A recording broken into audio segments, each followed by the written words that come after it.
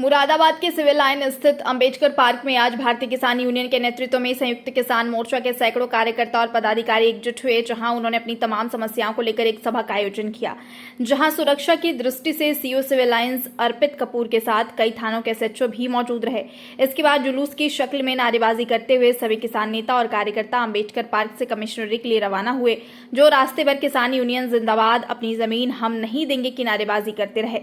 इसके बाद कमिश्नरी पहुंचने पर किसान संगठन ने अपने 16 सूत्रीय मांगों को लेकर उपायुक्त बीएन यादव को एक ज्ञापन सौंपा, जिसमें कहा गया कि मुरादाबाद विकास प्राधिकरण 11 गांवों की जमीन का अधिग्रहण करने की जो बात कह रहा है, उन गांवों की भूमि ग्रहित न की जाए। अगर कुछ क्षेत्र की भूमि लेना बेहद जरूरी ही है तो मुआवजा बढ़ाकर 8 करोड़ रुपए प्रति एकड़ के हिसाब से सिर्फ किसान की सहमति के आधार पर ही जमीन को लिया जाए। इस दौरान किसान नेता नौसिंह ने कहा कि एमडीए किसानों को बिना सूचना दिए जमीन अधिग्रहण कर रहा है, लेकिन किसान अपनी जमीन बेचने को तैयार नहीं है। किसान अपनी जमीन नहीं देगा, इसके लिए अगर आंदोलन करना पड़ा तो वह भी किया जाएगा, जिसमें सड़कें जाम कर दी जाएंगी।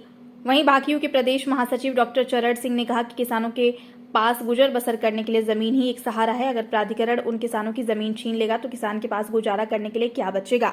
उन्होंने कहा कि किसान अपनी जमीन किसी भी कीमत पर नहीं देगा। आज आप लोगों ने प्रोटेस्ट किया है, क्या वजह है, क्यों किया है, क्या मांग है आपकी? ये मुरादाबाद में विकास प्राधिकरण 11 गांव की जमीन अधिग्रहण करना चाहता है।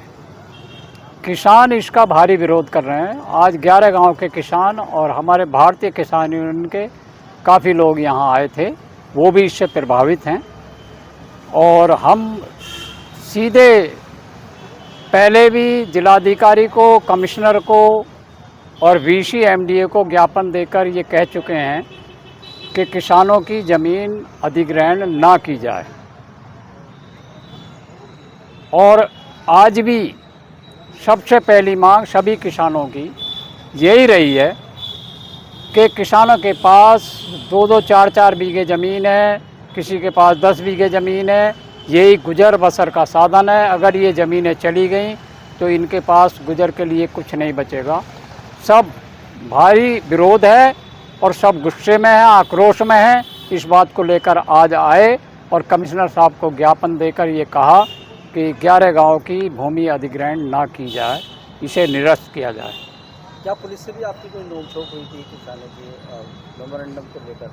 हाँ, हमारी योजना थी हम यहाँ सारे लोग इकट्ठा होकर और कचहरी पे जाएं, जिलाधिकारी और कमिश्नर को ज्ञापन दें, अपना मांग पत्र सौंपें। और उनका प्लान ये बना, उन्हें शायद ये लगा होगा कि कहीं आज ये धरने पे ना बैठ जाएं। किसे लगा होगा? प्रशासन को।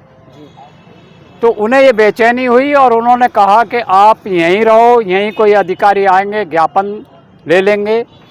हमने उनसे ये कहा कि हम वहाँ तक जाएंगे, शांतिपूर्वक जाएंगे, अपना ज्ञापन सौंपेंगे, वापस आ जाएंगे। तो उस पर थोड़ी कहा सुनी तो हुई है। पुलिस से हुई है? हाँ, पुलिस से हुई।